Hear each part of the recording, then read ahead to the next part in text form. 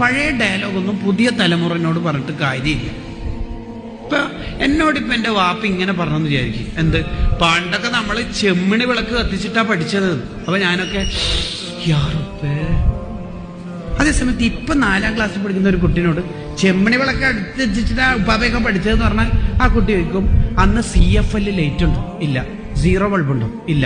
പിന്നെ ചെമ്മിണി വിളക്കല്ലാണ്ട് പിന്നെ എന്താ കത്തിക്കണ്ടേ? അത് കുട്ടികളുടെ അപ്ഡേഷനാണ്.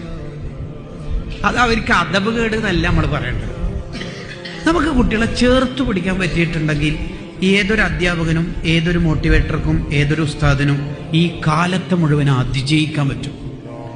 നമ്മൾക്ക് ഈ കുറ്റപ്പെടുത്തൽ എന്ന സ്വഭാവം ഈ നാട്ടിലും മഹലിൽ നിന്നും പൂർണ്ണമായി നിർത്തിയോക്ക് അടിപൊളി ഫലമായിരിക്കും.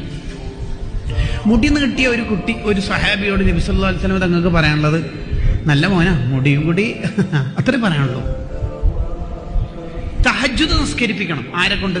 അബ്ദുല്ലാഹ് ഇബ്നു ഉമർ റളിയല്ലാഹു അൻഹുമയെ കൊണ്ട്. നബി തങ്ങൾ എന്താ പറഞ്ഞത്? നിഅമർ റജുല അബ്ദുള്ള നല്ല മോനാ.